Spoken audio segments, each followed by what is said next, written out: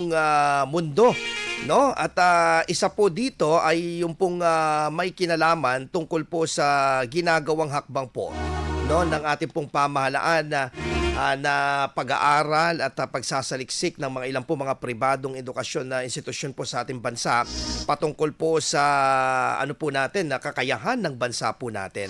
Kamakailan po inilabas po ng Times Higher Education Impact Ranking 2025 na sumailalim po sa kontribusyon po ng mga universidad at kolehiyo sa pagpapatupad po ng United Nations Sustainable Development Goals. Para po mas laliman po natin ang usapin po na ito, makakasama po natin ngayong umaga mga idol ang Vice President for Internationalization and President ng Edu Community Plus Consulting Corporation. Walang iba po kundi si Dr. Engelbert Pasag. Pabutiin mo na po natin po live via Zoom. Doc Pasag, magandang umaga po. Pagbati po ninyo sa lahat ng ating mga taga-subaybay. Magandang umaga, Mark. Magandang umaga sa lahat po na nanonood at nakikinig sa IFM. Masantos siya kabwasanad si Kay. Opo. Kamusta po ang ano po natin po dito? Partisipasyon po natin, sir, dito po sa usapin po ng pagpapalaganap ng mas mayabong na klase ng kaalaman pagdating po sa higher education dito po sa ating bansa, particularly dito po sa ating pong lalawigan ng Pangasinan. Maganda actually ang mga programa ng ating departamento pagdating sa pag-share ng mga natutunan natin sa mga impact rankings o yung mga rankings na tinatawag natin. Mhm. So, yes po. Pero anong kahulugan po nito, Doc Pasag, sa pagpapataas po ng bilang po ng Philippine higher education institutions po na lumalahok dito po sa impact ranking o the impact rankings po ng particularly itong taon po nito 2025 para po sa kalidad ng edukasyon sa ating bansa? Unang-una, simula noong siguro tayo nag-aaral, ang sinasabi nating magagaling na institusyon ay yung mga top 3 o top 5 lamang na nasa Maynila. Mhm. Pero kami ang lumalahok o sumasali sa mga impact rankings or yung mga rankings as a whole kasi nais din ng ibang institusyon na tumaas ang kalidad ng kanilang pagbibigay ng equality education. Tumaas din yung number ng mga HEIs o universidad na sumasali dahil demand na rin ito ng sosyedad. Ano ba talaga ang binibigay ng Philippine education kumpara doon sa ating mga kasama dito sa ASEAN at sa buong mundo? At ito ay isang magandang indikasyon dahil 100 plus na compared last year, which is 77 ang sumasali sa mga rankings na tinatawag natin. Mhm. Ibig sabihin nito, directly gumaganda ang kalidad ng edukasyon sa Pilipinas. Na noon, sinasabi natin maganda na, pero mas gumaganda pa ngayon. Mhm. Okay, I think you have a study on this, Doc Pasag. Can you elaborate to us? Ano po itong parang focus po nito pong, kung matatawag po ito ng study po, correct me if I'm wrong, Doc Pasag. Yes, yes. Inanalyze natin din sa recent na lumabas na THE Impact Ranking. Inanalyze natin kung ano ang Mhm. king trend. Kasi hindi lang ang kalaban natin dito, quote-unquote kung kalaban, ang sa edukasyon is yung ating mga kasamahan sa ASEAN. Mhm. Nangunguna dyan ang, of course, yung Singapore at Malaysia, and then Indonesia, and then Thailand. Itong mga to talagang pumapasok sila sa mga top 100, top 200. So tinitignan natin kung nasaan ang mga HEIs o universidad dito sa Pilipinas. Kung makikita natin, nasa top 100 na rin ang University of the Philippines pagdating sa impact ranking. So, ibig sabihin gumaganda ang laro natin sa pagdating sa edukasyon Mhm. kumpara sa ating mga ASEAN peers. Opo, lumalabas po dito po sa tala po ng THE rankings po na higit 85% po ng ASEAN na higher education institution po ay nasa 1,501 plus na band. So ano po ang pangunahin po na dahilan na kung bakit nahihirapan pong makilahok o makapasok po yung pong mga ilang universidad po sa Pilipinas sa top tier ano po na to, global rankings po, Doc Pasag? I think napakahalaga ng question mo ngayon, Mark, itong part na to, no? Mhm. Um, Number one, ang gusto kong i-point out is nasa medyo huli tayo. Mhm. 1501, ibig sabihin wala tayo sa top 100, top 200, or top 300. Kung ang napag-uusapan nito is ranko talaga, ibig sabihin kung 15 tayo malayo. Pero ang isa sa mga pangunahin kong dahilan kung bakit tayo nahihirapan is hindi tayo sumasali. Mhm. Hindi, or maybe ang rason dito is takot tayong sumali kasi makikita natin kung ano ba talaga ang antas or rangko ng ating universidad. Kasi ito yung talagang proof na magandang iyong edukasyon na binibigay sa mga stakeholders o yung mga mag-aaral natin. So, I think kakaunti nga ang sumasali.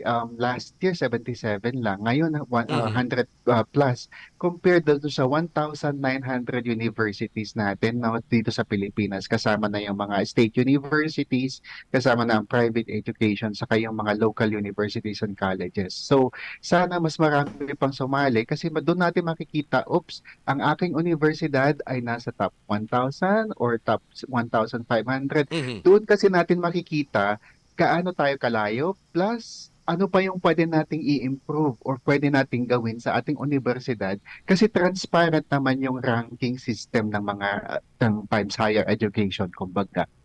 Mhm. Okay po. Dito naman po sa usapin po, Doc Pasag, sa lagay po nitong ano po natin po, itong pinag-uusapan po natin. Particularly, yung ginagawa po ng CHED na tulong or sabihin na natin yung assistance dito po sa mga higher education po. Ano po kaya ang pwedeng ano po dito, talagang asahan po ng mga, for example, yung mga private institutions po natin dito po sa mga probinsya tulad ng Pangasinan? Sa Pangasinan, marami tayong ginagawang mga this is led by CHED Region 1, no? Dahil natin dito tayo sa Region 1. Marami tayong mga flair o yung institutional, workshop on how to internationalize. Taon-taon nangyayari ito. Pero maalala ko lang back in 2019, parang kakaunti lamang ang nagsasabing, o sige, gusto namin itry yan. 2020, 2023, talagang bumulagta sa atin yung maraming news na, oops, maraming sumali na. Doon din Mhm. sumali una ang Pan Pacific University. May mga workshops na ginagawa ang ating Commission on Higher Education, bawat rehiyon, hindi lang sa Region 1. So, actually bukas, ako'y lilipat papuntang Tuguegarao. Mhm. Region 2 ang ating tutulungan o ipa-facilitate ko kasama ng aking mga kasamahan sa internationalization team ng ating lahat ng universities dito sa Pilipinas. Nakikita natin sino yung gusto at sino yung mga nauna na. Ang maganda dito kung may mga nauna na nagpa-rank at nakakuha ng magandang rank or kahit hindi magandang rank, ibig sabihin sinishare natin to sa ibang universidad para makita nila, oh, how far are we, gaano tayo kalayo doon sa mga sinasabi nating top 500 or top 1,000 man lang. Mhm. Okay. Dito po sa pag-iikot ninyo, Doc Pasak, with your team sa internationalization, ito malaking ano po ito, malaking pasasalamat siguro ng mga universities na nabibisita ninyo, na po naaayudahan ninyo ng kaalaman at napupursige nyo sila na even them nakaka-join, dapat mag-join at may kakayahan sila. Ano yung mga discoveries ninyo dito sa mga universities or mga state universities na napupuntahan ninyo, Doc Pasag? To date, siguro simula noong January of 2024, nung ako ay nagpaunlak sa imbitasyon ng isang Mhm. Universidad, Agusan del Sur State College of Agriculture. Ah, Yun ang pinakauna nung Enero. Pangalawa, tapos naging parang less than 25 na yung aking nabisita Mhm. sa buong bansa na universidad. I think magagaling tayo in terms of ating mga pamamaraan kung paano tayo magturo, yung paano mag-manage ng ating universidad at Mhm. marami tayong mga examples. Kaya lang, hindi tayo sumasali. So therefore, hindi natin nakikita na magagaling pala tayo. Yung realization ba? For example, ang isang classic example ko ang ating kapitbahay na Ifugao State University. Mhm. Minentor natin ito, pumunta sila sa Pan Pacific, tinignan nila anong ginagawa doon sa universidad natin. Pero nung ginawa na nila on their own dahil naturuan sila, ang good news is mas magaling pa or mas mataas pa yung ranko nila kaysa sa Pan Pacific University. Mhm. Hindi ito paligsahan kasi kung sinong mas taas o mababang universidad dito sa Pilipinas, kundi Mhm. iso-showcase mo talaga kung ano yung ginagawa mo o ano yung mga best practices mo sa university at doon tayo pumapasok. Because we are competing not only dito internally sa Pilipinas, kundi buong ASEAN at buong mundo. So Mhm. therefore, yung realization ba na magaling na sila, parang walang nagsasabing, oy, okay ka na university. Mhm. Pero internally, alam nila na may ginagawa silang mga magagandang practices. So, that's the best thing. Yung parang hindi nila alam na magaling sila. Mhm. Best kept secret sabi nila, Doc. Yes, Na yes. Kasi tinatago ko minsan yung sikreto, mhm. ayaw nating makopya ng iba. Mhm. Pero kung Correct. ito ay best practice, ibig sabihin, for example, sa Ifugao State, sa Ifugao, ano na maalala natin, Banawe Rice Terraces, Mhm. culture, for example, inclusion ng mga IPs o indigenous peoples. So, ibig sabihin, ito ay pinapractice na nila doon, ay napakatas na rango nila pagdating sa Mhm. ganitong parte. So tignan natin, i-share natin ito sa ibang places sa Pilipinas kasi mayroon talagang IPs scattered sa buong mundo. Mhm. So sa buong Pilipinas saka sa buong mundo. So therefore, yung mga universities na nagkukumahog, o anong gagawin natin sa indigenous people, anong gagawin natin sa kultura, ay matututo tayo ngayon Mhm. kasi nilabas ni Ifugao State yung mismong ginagawa nilang best practice. So natututo yung iba at nadidevelop pa kamo yung nadadagdagan yung solusyon sa Mhm. problema pagdating sa mga particular, for example, sa IP or culture. Opo, Doc Pasag, sa mga universidad po dito po sa Pangasinan, in your monitoring, may mga aktibo po ba bukod po sa Pan Pacific na lumalahok po sa mga sustainability-driven na programs na pasok po sa SGDs? Mark, actually, napakagaling ng ating mga kasamahan sa Pangasinan. Medyo Mhm. nauna lang siguro ang Pan Pacific Mhm. dahil noong 2023 pinag-uusapan na namin ito at nakarank kami noong 2023. So, ibig Mhm. sabihin, 1 year before, pinag-usapan na namin sumali kami sa may SDG. Pero ang ating State University, si Pangasinan State University, magagaling itong nandito. I would also highlight ang ating kapitbahay na yun, Urdaneta City University, Mhm. University of Eastern Pangasinan, Universidad de Dagupan, at University of Luzon. Mhm. LNU is also here.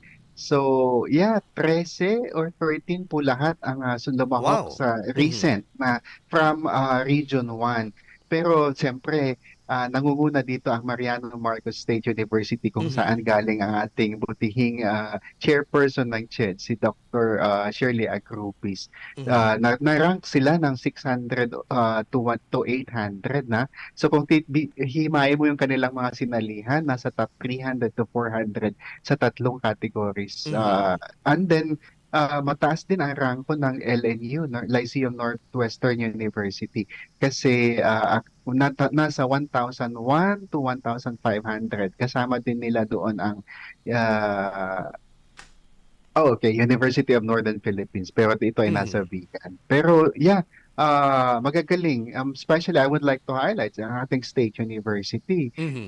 Nasa top din siya. So, kudos sa ating mga universidad sa Pangasinan. Opo. Doc Pasag, sa mga nakikinig po ng mga administrator at may-ari po ng mga institutions, bakit hindi dapat maghinayang na maglaan ng pondo para sa research and innovation ang kanilang institution when it comes in enhancing the performance na makakatulong sa hindi lamang dito sa kanilang institusyon kundi sa mukha ng edukasyon ng higher education sa buong mundo ng Pilipinas in terms of global ranking, Doc? Ang una sa lahat, ang pinag-usapan natin kanina ay Times Higher Education, Mhm. Impact Ranking. Actually, isa lamang ito sa mga libre or walang bayad Okay. na rankings. Pero next year, magpapabayad na yata si THE Impact Oo. Rank. Pero mayroon tayong World University Ranking for Innovation. Mhm. Kasama dito yung mga best practices ninyo, anong ginagawa ninyo. So, pagdating sa ranking, mayroong mga libre at mayroon din yung mga dapat puhunan ng Mhm. universidad dahil kasama dito ang research. Yung tanong mo nga, Mark, kanina, no? Mhm. Bakit kailangan na mag-research? Sino bang nagbabasa sa mga research or thesis kung minsan? Yes. Kasi ang kaalaman dapat madagdagan, ang kaalaman dapat ma-improve. Kagaya ng gadget natin, kung titignan mo, ang cellphone dati ay apat lang, ano, so QWERTY lamang, no? One, Mhm. 2, 3, 4. Tapos nag-evolve ito bilang isang storage phone or gadget na mayroon ng laman ng pictures natin, music Mhm. natin, and then marami pa siyang capabilities. Ngayon pwede ka na magbayad sa phone using your phone.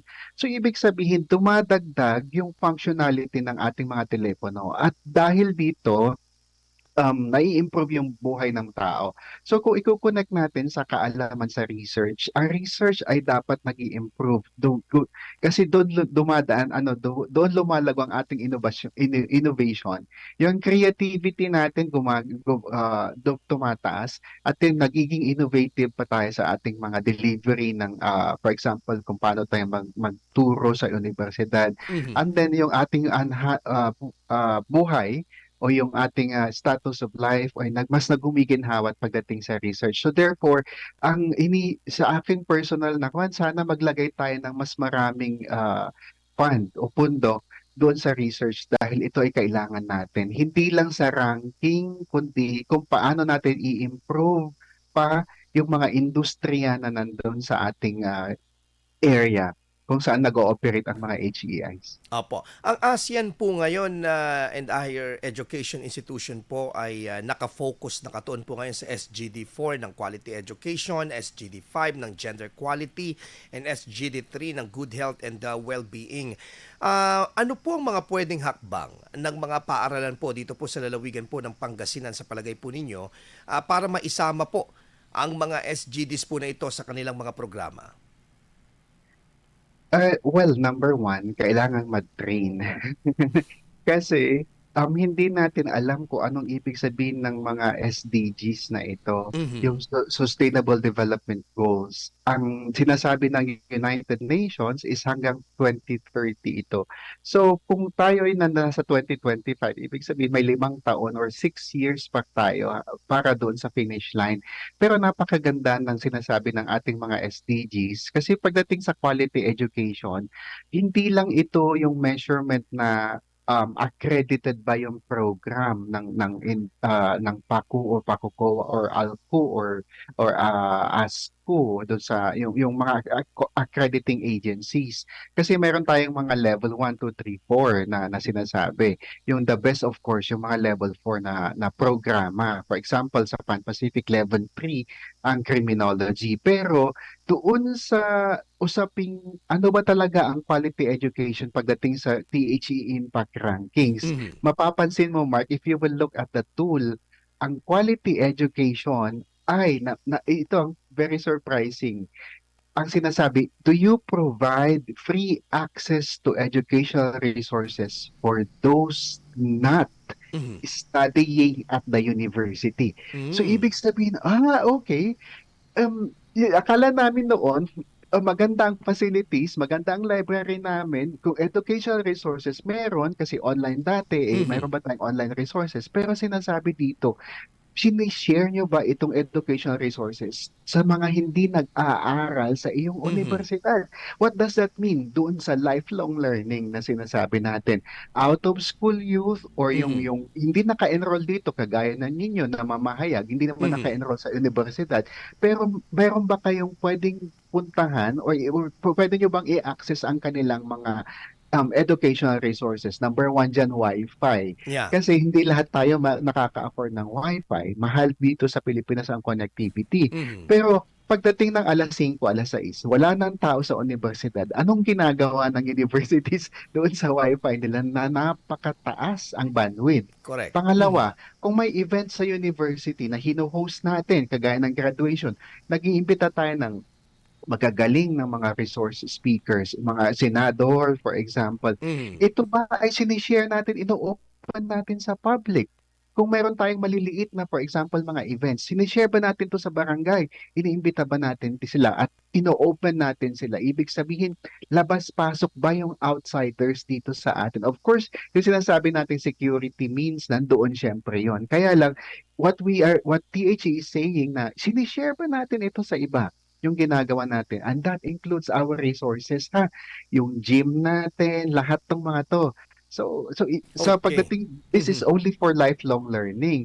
I think I wanted to answer also what you said a while ago, yung SDG 3, good health Mhm. and well-being. Opo. For example, isa sa mga basic tool ng sinasabi dito is have current collaborations with local, national, and global health institutions to improve health and well-being of people. Mhm. Ibig sabihin, nakikipag-collaborate ba yung universidad kahit wala sang hospital, sila ay nakikipag-collaborate doon sa mga local, national at saka global institutions. Mhm. Ano ba yung programa natin to? For example, pagdating sa health, nag-reach out tayo sa community. Hindi lang doon sa puntong pumunta kami, ano ba to, yung laging sinasabi na Medical mission? nag-volunteer. Oh yeah, Yes, tama. oh, gano'n. Medical mission. Mhm. Salamat ha. Pero hindi lang doon kasi one time lang ang medical mission. Mhm. Bumabalik ba tayo? Binibigyan ba natin sila ng pag-aalaga? For example, kasama doon medical mission, ibig sabihin lalapit lang siya kung may sakit. Masakit ang Mhm. ngipin kung dental. Pero tingnan natin, binabalikan ba natin? Nagbibigay tayo ng kaalaman sa nutrisyon, sa family planning, nagbibigay tayo ng, for example, sports exercise. Mhm. Or isa sa mga pinakamaganda, aging well. Ibig sabihin sa ating mga 40s, 50s, 60s natin, mayroon ba tayong programa para dito sa mga ito? Kasi Mhm. sinasabi natin, hindi naman na nag-aaral eh. So therefore, walang pakinabang directly ang university. But remember, Mhm. these are parents, these are lolas, these are uncles na may epekto yung kanilang presence o Mhm. yung kanilang mga sinasabi sa mga mag-aaral natin. Kasama dito shared o sports facilities ha, and then mental health support for students. But I wanted to highlight, mayroong isa akong na-discover kasi sa recently, galing ako ng Bulacan sa isang universidad doon. Sabi ko, do you provide mental health support for your staff? Mhm. Staff ha? For their staff. Okay. For their staff. Ibig sabihin, both teaching at saka non-teaching. Kasi lagi natin sinasabi, yung mga napoprostrate yung mga mag-aaral natin, hindi sila makakonect, gusto nilang Mhm. pumasok. Yung mga ganong maliliit na mga stories natin pagdating sa estudyante. Pero yung mga staff natin, pag bumabagyo, yung anak niya pumasok ng school, nakauwi na ba, etc. Pero ito ay nasa utak ng isang guro pag habang nagtuturo siya. So, kasama dito yung mental health din nila. Binibigyan natin sila ng break. And Mhm. lastly, yung sinasabi mong, you talk about quality education. Yung gender equality na sinasabi ha, take note, ang gender equality, hindi natin i-overemphasize yung LGBT. Yeah. Hello, Doc? Ilang Mhm. babae Mhm. ang mga estudyante natin ang nakakatapos ng pag-aaral? Ilan sa kanila ang um, pinababalik natin? Pagdating, for example, nagkasakit, nabuntis, binibigyan natin ng chance ang bumalik Mhm. o hindi na? May mentoring ba tayo? May scholarship ba tayong binibigay sa kanila? So, pati yung mga senior female students, binibigyan ba natin ng tulong tong mga to? And then, yung mix ng mag-aaral at saka yung mix ng mga empleyado sa loob ng paaralan natin. Minsan kasi, mas marami ang lalaki. Pero Mhm. ngayon, I think dumadami ng mga opisyal sa universidad na babae, which is Babae. actually a good measure.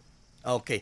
Panghuli na lang po siguro bago ang ano po natin kasi mag-RMN News Nationwide na po tayo. Yung nanawagan po ang Pangulong Ferdinand Marcos Jr. kamakailan, yung pagpapaangat po ng kalidad po ng edukasyon sa ating pong bansa.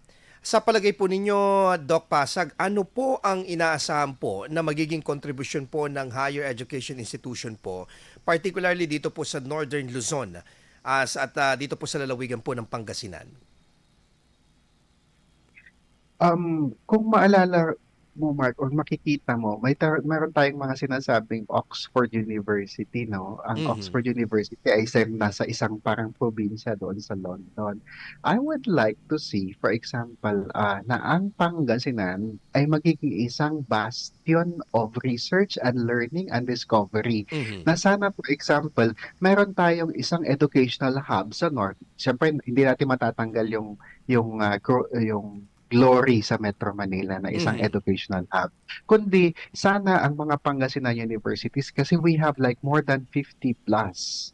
And then Mhm. around 70 plus dito sa may Region 1. Ibig sabihin sa dami ng universidad or colleges and universities sa may Pangasinan, pwede tayong mag-contribute, mag-ambag. So yung mga universidad na pwedeng sumali doon sa mga rankings na to, sana mag-open up at Mhm. sumali na Okay. para doon sa sinasabi ng ating Pangulo na si Bongbong Marcos, ibalik natin yung kinang ng Pilipinas pagdating sa edukasyon. Once upon a time, tinitingala tayo dahil we're speaking English. Yeah. Pangalawa, maganda ang ating teknolohiya, maganda ang ating instruction dahil galing ito sa mga Amerikano. Pero medyo bumababa yon dahil ang nakikita kong isang mga problema dito is hindi tayo kasi lumahok sa mga rankings. Mhm. Therefore, since hindi tayo lumalawak, hindi natin alam yung tool o yung guidelines o ano yung mga standards or kasukatan, ano ba talaga ang isang world-class university. So, mayroong hope and I hope na sana marami pang sumali at tayo ay maging solusyon doon sa quality education na sinasabi. Sana, um, ang challenge ko din is yung ating mga universidad, hindi lang sa Pangasinan, kundi sa buong Pilipinas, ay sana mag-adjust doon sa mga standards na sinasabi ng ating mga rankings, kagaya ng Quacqueril Simmons or QS at din ng THE. Because ang sinasabi nating World University Ranking ay hindi lang yung impact ranking kung binimeasure doon kasi yung SDGs. Pero pagdating sa World University Rankings, wala pang pumapalo or sumasali doon, no, na sa top 100 naggaling sa Mhm. Pilipinas. So I'm hoping na yung sinasabi ng mga rankings na to i-adapt natin sa ating mga management, retasuhin natin ang papamunuan din, for example, o yung regulasyon pagdating sa higher education dahil hindi lang basta nagtuturo at hindi lang basta nagpapagraduate kundi ito ba ay at par or kasing taas ng kalidad ng edukasyon kagaya or kasama ng ating mga ASEAN peers. Okay, maganda po ito dahil yung sinasabi nga po ninyo, ito'y hindi lamang po parang prestige para sa isang universidad, isang state university, kundi ito'y shared na dapat na glory na natatabasa ng bawat higher education institution sa ating buong bansa. And maganda dahil hindi ipagkakait nito yung world-class quality ng education para sa mga Pilipino. Maraming salamat Dr. Engelbert Pasag, ang Vice President po for Internationalization ng Pan-Pacific at Presidente po ng Edu Community Plus Consulting Corporation. Mabuhay po kayo, sir, and ingat po. Magandang umaga po. Thank you, Mark. Idol, susunod na po ang programa.